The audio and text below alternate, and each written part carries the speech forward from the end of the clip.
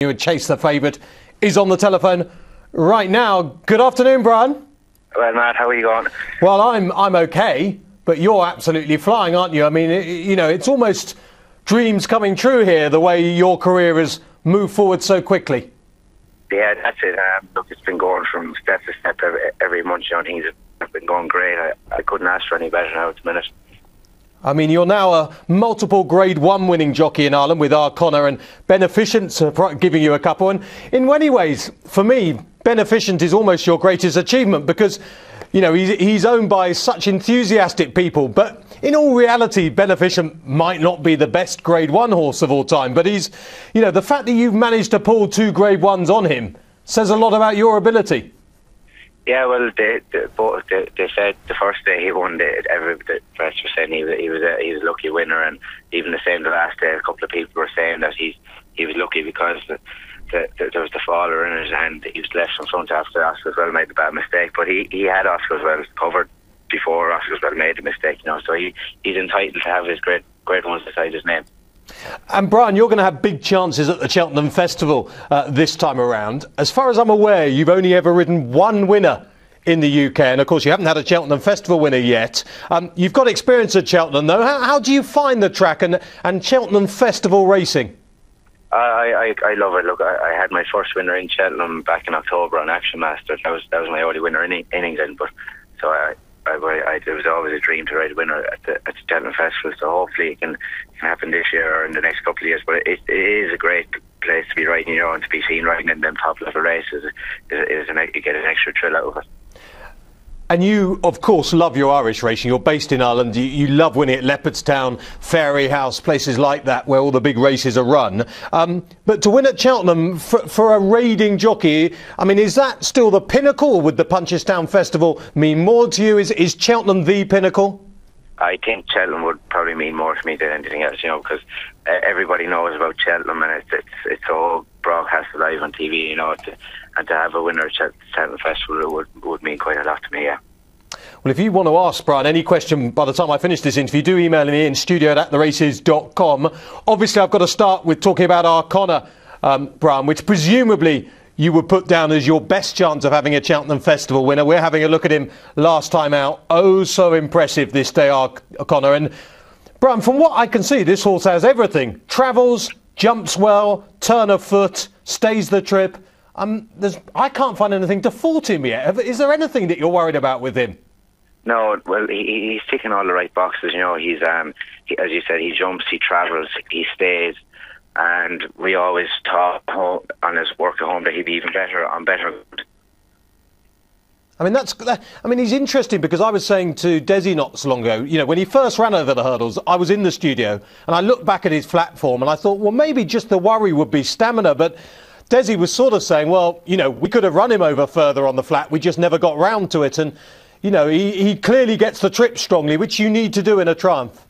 You do, obviously it's on the new course, the 2 mile one, which is an extra furlong longer, but I have no worry about him staying at all.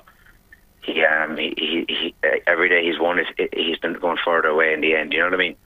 And what about ground? I mean, most of his form is on soft or heavy ground. You have to go back to his very first run on the flat, which wasn't a very good run, I hasten to add. At the Curragh, for the time, he experienced good ground. But as an ex-flat horse, and especially being by Jeremy, you would have thought he would go on good to soft, no problem at all. What's your feeling on the ground? Well, as I said, we always thought he'd be even better on better ground. Today he won his maiden in Naas on the flat. It wasn't actually soft. I think it was really good yielding or soft, which would be what we would consider nice jumping ground. You know what I mean?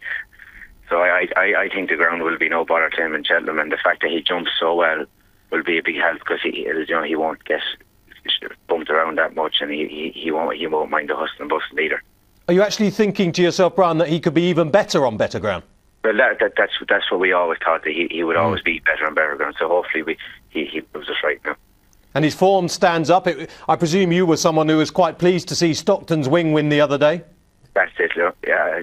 That his form has worked out, and he beat Stockton's Wing very easy today. He beat him in Fairyhouse, and I think he has improved a lot since then as well. He's matured a lot more, and he seems to got his hang of the jumping a lot better. So I'm hoping he can go on and do the right thing in Cheltenham.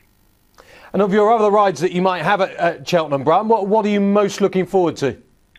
Well, I suppose I have Loreen Legend for the RSA Chase. He ran a cracker there the same day as our Conor, and he just got done in the line. The four of us landed on the line together. He fell the time before that at Christmas time, and he had a little setback after. So he would have come on a lot. He would come on a lot from his run the last day. So I'd be hoping he'd have a good each way chance. And I suppose maybe if Beneficent goes, obviously he'll have a nice each way chance as well. And I have a couple for the handicaps as well with for the boss, who hopefully can pull one out with them as well. It'd be great. It's interesting what you're saying about Loreen Legend, because in a way that's a horse that a lot of our viewers won't have even considered for the RSA. But if you go back to his hurdling form, only beaten 2 lengths by Boston Bob in a Grade 2 at Leopardstown, beaten 6 lengths once upon a time by Unaccompanied, who we know is a really classy hurdler, and got 2 runs against Back in Focus, and that run last time against Boston Bob. You suddenly start thinking, well, hold on, this is a horse who'll be quite a big price, but wouldn't be out of it. That's it, and as I said, I wouldn't, if I had to take on 3 horses that beat me in Leopardstown the last day, I wouldn't have any fear of taking him on again and maybe turn the tables on him, because he just kind of took a blow a bit of me turning into straight the last day. And if you've seen, he's probably finishing the best out of the 3 the last day, and he was only beaten a length by Boston Bob, who is second or third favourite for the RSA. So his form is rock solid, and he might be a bit of a forgotten horse maybe. I know one of the best days you've enjoyed, I think, as a jockey was when you won the Ladbrokes Munster National on Raz de Marie, because effectively, I think I'm right in thinking that was one of your first big winners, if not the biggest winner you'd had at the time for Desi, your new boss, and of course went on to Cork and won the Paddy Power Cork Grand National. So a fast improving horse. Is he the type of horse? Is there anything for him at Cheltenham, particularly in the handicaps? Well, I think there is the 4 miler is there for him, the amateur race, right. But as far as I know, he's been. I think his main aim is the Irish National and Fairy House. We kind of had that in our head for him since he won the Cork National. I think that'll be the race that'll suit him. But he is entering the 4 miler. But the Irish National is his main aim in the future. And Bryan, how are you enjoying? I mean, I know you're not going to say you're hating every minute of it, but teaming up with Desi, who, for a lot of people, trainer Hardy Eustace and many other good horses, one of the legends in the game. How much do you think he's bringing on your riding?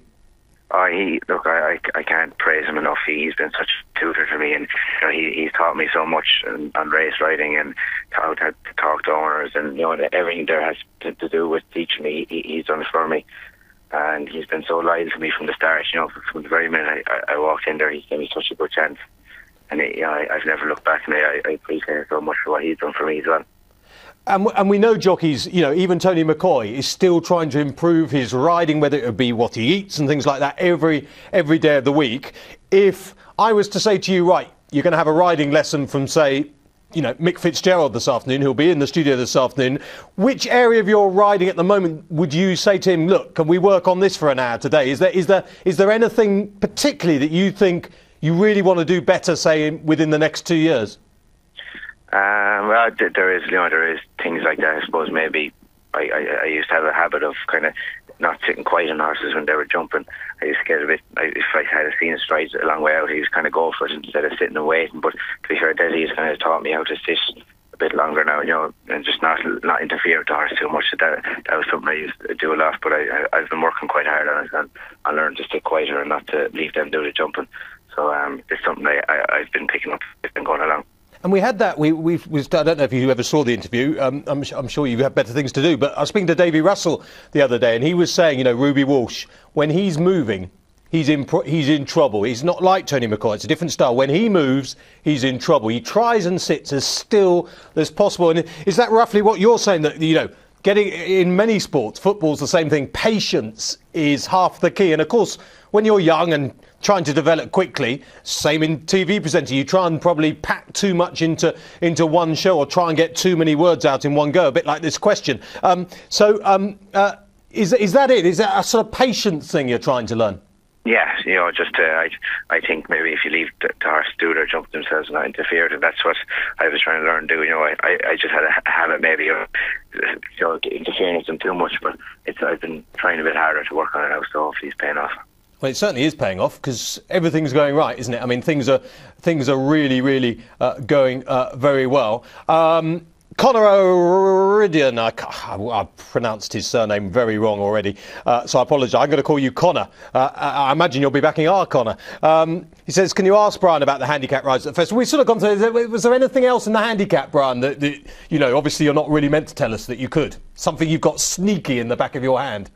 Well, I suppose Action Master, who won a part-time qualifier at Cheltenham back in October, and he hasn't run over hurdles since. He ran 2 chases, but it was his first time going over to Cheltenham, and he won on the bridle that day. So I presume if he goes back for the part-time, he might get in off a lightweight, and he could be a nice each way bet around there. And I suppose maybe White Star Line, who was second to hump ball last year at the festival. On the first day, I think he goes back for the same race again. He might be have a nice each way chance again. He seemed to take the place well when he went there last year. And I must just ask you, how is the old man, Tommy, just like that? No, he's great. Jed is not bad. He's just out working away down home. He's getting busy now. He's plenty of young horses coming up, so hopefully he can have a couple of winners there in the next few weeks. Yeah, I imagine he's been very good to you. He supports you as well, doesn't he? When Desi's not got runners, obviously you'd always ride for him. Yeah, well, that's it. If I can't ride for the boss, I'd always ride for Dad. I picked the wrong one the other day. The boss let me off and ride one of his in punches down. It was favoured, and he ended up winning in the end. But look, them things happen as well, And I must just ask you, how's for Paddy de Plasterer? What's he up to at the moment? He's been named at the Grand National. Right. Yeah. Is he? Right. Okay. Yes, apparently they're running him in the Grand National. It was great that he got to win that day in Thurles again, and they qualified him for it because he won over 3 miles. So as far as I know, he's going to go for the English National now. The worst thing about this programme, Bryan, is when someone emails in who clearly knows you, and I suspect this person. Do you know someone called Liam Glynn? Liam? No, I do actually. Yes, yeah. He just says, Matt, could you please ask Bryan, did he get his house cleaned after his party? The house warming, yeah, that was a couple of weeks ago now. We got that all sorted up in the end. Yeah. We got that. One or 2 invites went amiss for that party, did they? Yeah. Sorry? 1 or 2 invites went amiss to that party, did they? I can't remember. Apparently so. Sounds like one you probably didn't want to be at, actually. But I hope the house is okay. Hopefully Liam will have cleaned it up himself. Bryan, look, I'm so pleased everything's going well for you. A real young talent, and I think everyone sees that on a daily basis. Just riding absolutely in the top mix there now. So keep up the good work and good luck with our Conor. Thanks very much, Matt. Cheers.